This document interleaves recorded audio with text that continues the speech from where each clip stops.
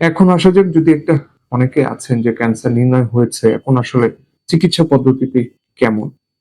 আসলে পাকস্থলী ক্যান্সারের চিকিৎসায় অনেকগুলা চিকিৎসা পদ্ধতি আছে যেগুলো আসলে আমরা অ্যাপ্লিকেশন করে থাকি। সেক্ষেত্রে আমরা ১ম এ এমডিটি মাল্টিডিসিপ্লিনারি টিম অ্যাপ্রোচ এর মাধ্যমে চিকিৎসা প্রক্রিয়াটা এগিয়ে নেই।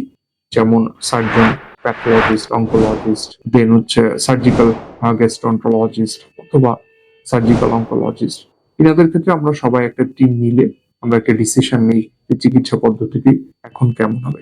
প্রাথমিকভাবে যেটা হয় যে আমরা এটা এন্ডোস্কোপিক্যালি যদি চিকিৎসা করা সম্ভব হয় সেটা করে ফেলি, যেটা বিএমআর বা ইএসডি বলে, মিউকোসাল বা সাবমিউকোসাল ডিসেকশন যেটা আমরা করে থাকি, সেটা প্রাথমিক খুব ইনিশিয়াল স্টেজে যদি ধরা পড়ে থাকে তাহলে এটা করা যায়। এছাড়া দেখা যায় সেকেন্ড অপশন হচ্ছে সার্জিক্যাল অপশন। এই সার্জিক্যাল অপশনের আগে অনেক সময় আমরা কেমোথেরাপি দিয়ে থাকি অথবা অপারেশনের পরবর্তীতে কেমোথেরাপি প্রয়োজন হতে পারে। এমনকি রেডিওথেরাপির প্রয়োজন অনেক সময় হতে পারে।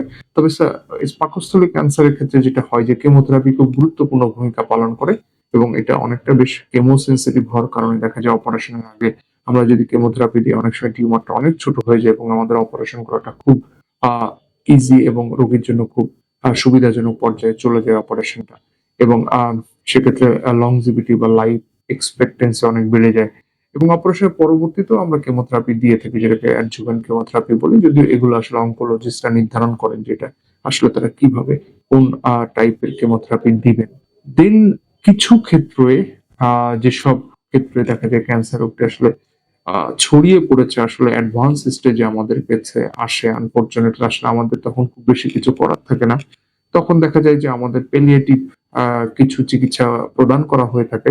এগুলো অ্যাকচুয়ালি এগুলো সিম্পটোমেটিক টাইপ। সাপোজ আপনার পেটের ভেতরে পানি চলে এসছে বা জন্ডিস হয়ে গেছে, টিউমারটি লিভারে ছড়িয়ে পড়েছে অথবা পেটের ভেতরে ছড়িয়ে পড়েছে, অন্যান্য অঙ্গ-প্রত্যঙ্গ এমনকি খাদ্যনালীতে ছড়িয়ে পড়েছে, লাংসে চলে গিয়েছে, বোনসে চলে গিয়েছে।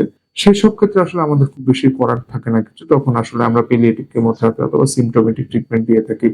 এমনকি রোগীরা দেখা যায় যে একদম মাঝামাঝি থেকে শেষ স্টেজের দিকে গিয়ে খেতেই পারে না। খাবার খেলে পেটটা ফুলে যায়। কারণ টিউমার খাবার যে আমাদের পথ বা খাদ্যনালী সেটা আসলে আটকে ফেলে। তখন আসলে আমাদের দেখা যায় অপারেশনের মাধ্যমে একটা বাইপাস খাদ্যনালী তৈরি করে দিতে হয়। অনেক সময় আমাদের ফিডিং জেজোনস্টমি করে দিতে হয়। দেখা যায় এরপরে আমরা হয়তোবা ওষুধপত্রের মাধ্যমে টিউমারটি ছোট করে অনেক সময় আমরা অপারেশনের যোগ্য করে তুলি। অপারেবল করে তুলি নন অপারেবল থেকে।